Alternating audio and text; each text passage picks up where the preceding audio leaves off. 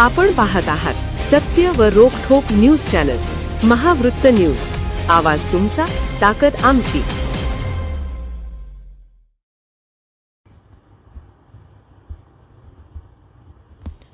पंधरा वर्षानंतर कोल्हापुरातील शाहूकालीन पाईपलाईनच्या कामाला मुहूर्त, पण उद्घाटनावरून राजकीय श्रेयवाद पेटला.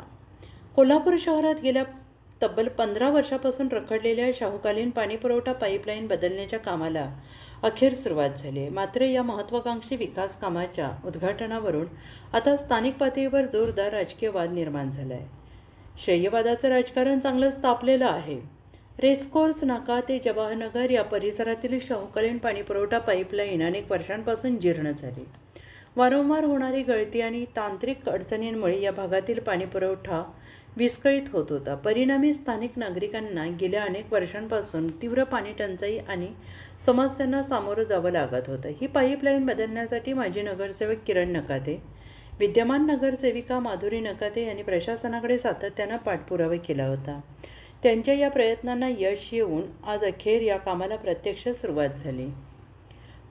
काम सुरू होण्यापूर्वीच एका माजी नगरसेविकेने स्थानिक प्रशासनाला किंवा इतर लोकप्रतिनिधींना विश्वासात न घेता परस्पर या कामाचा उद्घाटनाचा कार्यक्रम उरकला आणि या परस्पर उद्घाटनामुळे परिसरात तीव्र नाराजी व्यक्त करण्यात आली.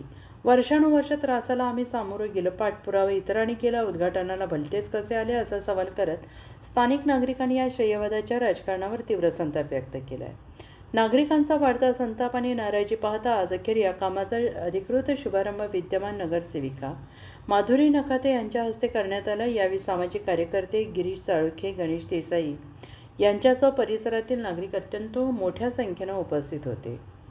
थोडक्यात काय तर 15 वर्षापासून रखडलेलं काम अखेर मार्गी लागल्याने जवाहरनगर आणि रेसकोर्स नाका परिसरातील नागरिकांनी सुटकेचा श्वास सोडला आहे. मात्र या विकास कामाच्या सुरुवातीलाच लागलेल्या श्रेयवादाचं ग्रहण आणि राजकीय वादामुळे सध्या संपूर्ण कोल्हापुरात या विषयाची चर्चा रंगली आहे.